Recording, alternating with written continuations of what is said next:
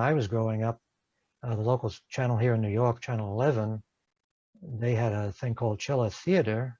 I don't know if you've ever seen the one with the hand coming out of the pool of blood. That's the way We it over. we had a chiller theater around here, but It was the opening probably, the opening was a little bit different. I think I remember it was like a castle with lightning and all that. I can't remember exactly, but well, that Chiller Theater show here in New York, they ran the Plan 9 from Outer Space. It seemed like they ran it constantly.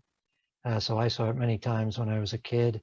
And it's funny how when you look back on things that you see as a kid, you realize how stupid you were as a yeah.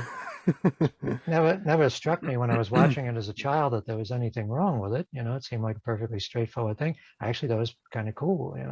Yeah, when I was watching it today, I was thinking, were people back then just more not as smart? You know what I'm saying? When you watch it, but you think, did people watch it back then and think, oh, this is really bad? I mean, Well, I think that young folks today have this impression that old movies are a strong indication that the older generations were pretty dopey. yeah, But actually, the movies that we regard as garbage now were regarded, certainly a film like Plan 9 from Outer Space, which just barely got a release in theaters, is pretty widely recognized as a piece of garbage. It's such fun garbage, yeah, and the people associated with who are associated with the film are such colorful creatures that this whole mythology uh, built up around it, and now it's the whole study of Ed Wood's films has become, uh, at least according to some people, sort of a legitimate area of academic research. I think that's probably when things start to get a little crazy. It's one thing for people to say they like this movie because it's so enjoyably bad, right. because it's understood that we're talking about a bad movie. And I think objectively it's a bad movie.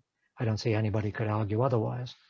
But when people become so charmed or so enamored with this film or with the other movies that he made or with his whole life story, that they begin to talk about him as if he was some sort of unappreciated genius. Yeah, You like know, we're going to try to find some kind of hidden meaning in it, right? or This was like avant-garde filmmaking, and that's not true. I think that it should be established right off the bat that this is almost like a textbook case of bad filmmaking. And the reason why I think it's bad filmmaking is because it wasn't what he intended. I mean, there used to be a web site called a Dissolve. I don't know if you remember that. It was around no, for a couple of years. It's archived now. They had a lot of discussions about